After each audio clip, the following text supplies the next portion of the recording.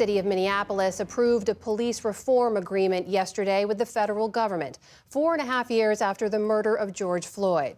Stephanie Sy has more now on the context around that deal and others like it. Amna, the agreement, known as a consent decree, allows a court-appointed monitor to oversee changes to the Minneapolis Police Department.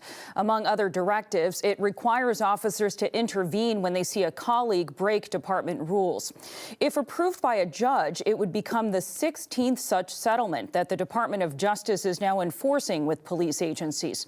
But the future of federal oversight over local police is murky as President-elect Trump gets set to return to the White House. For more on all this, we're joined by Alex Del Carmen. He's a criminologist at Tarleton State University in Texas and has served as a consent decree monitor himself. Alex Del Carmen, thank you so much for joining the News Hour. So as you know, this consent decree in Minneapolis is the result of a DOJ report from 2023 that found routine racial discrimination and unjustified use of deadly force in the city's police department. How do consent decrees work to address these types of problems? Typically, DOJ would not be involved in a situation like that unless there was reason to, right? So in this particular case, we all saw, obviously with horror, what happened to George Floyd. And as a result of that, DOJ felt compelled to go in to this police department and begin the investigation as what they call a pattern or a practice investigation, which means, is this problem pervasive in the entire department? And if so, to what degree and what areas of policing should be looked at? The ostensible goal of a consent decree is to make sure that a police department abides by the Constitution, that there is lawful police behavior. How effective are consent decrees at doing that? Well, it depends on who you ask, right? Those individuals that are, opponents of the consent decree, they say that it costs too much money, that cities have to essentially pay for it, and that there's not necessarily a duration or a limit on the amount of time in which the decrees expire, even though there is a goal that, some of them should finish within a certain amount of time.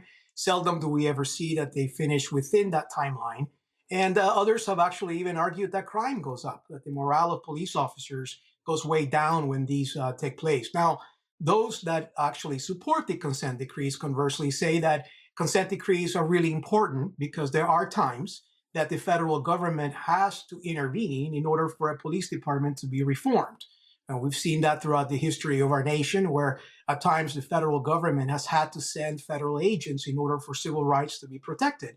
Secondly, some of them actually, those that propose consent decrees, argue that resources for police officers actually increase because now you have a court order that mandates for some of these resources to be given to officers, that best practices are put into play, and that the police department gains in terms of credibility with the community. So it's a mixed bag. It depends on who you ask. Is there a sense that having a consent decree can prevent the type of incident that we saw with George Floyd and with others, that a consent decree can be effective at addressing, for example, systemic racial discrimination in policing? So the rationale is that, yes, in fact, that they can do that, right? So what typically happens in these consent decrees is once the investigation takes place, as we saw the case yesterday in Minneapolis, they enter into an agreement with the city, in this case, DOJ does, and then it goes up before the federal judge. And as you noted, once the federal judge approves that, then they have to select a monitor and a team of individuals that are national or international experts that actually show up at the scene, and they begin to regulate and monitor the behavior of police officers, policies, procedures, academy trainings, and whatnot.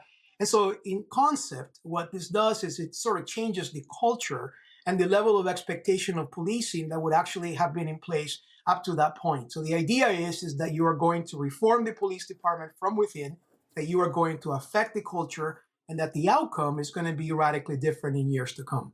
The Department of Justice in the first Trump administration did not pursue or support consent decrees at all. Assuming that continues to be the case in a second Trump term, what are the options for communities that do feel like they are dealing with a problematic police force? What are the other tools or options that they have? So what's happened since the last Trump administration is that many states throughout the United States, the legislators have actually empowered the attorney generals of those particular states to actually sue the police departments and put them under some form of a consent decree if agreed.